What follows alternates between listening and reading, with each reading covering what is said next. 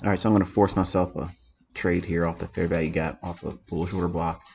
I'm going to aim for Tuesday's high in a condition that I already know is pretty shitty anyway.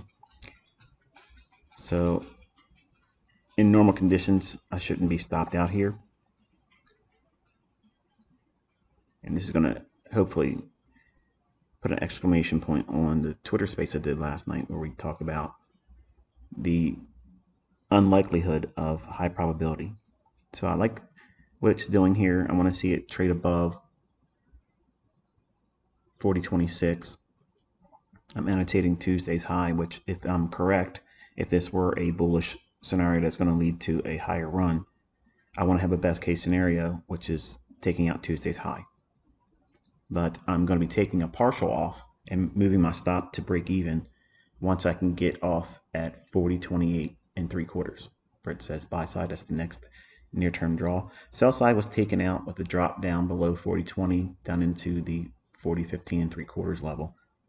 And I'm going to be looking to take off one contract here and then take another one off at the next pool of liquidity made at the 8:30 high. And then the balance would be used to a run, preferably to Tuesday's high.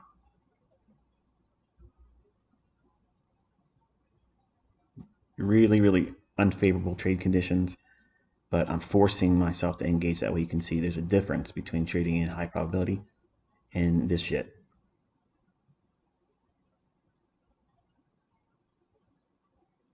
I'm just waiting for that candle to reach above the buy side. Okay, taking one off there. Then I'm going to roll the stop to break even because it's a shit day and it can come back and stop me out. And you'll see it will do that anyway. Okay, so buy side's been purged. And I'm getting ready to annotate the volume imbalance and then shit the bed and stop me out. So there's your example of why I don't trade on days like this.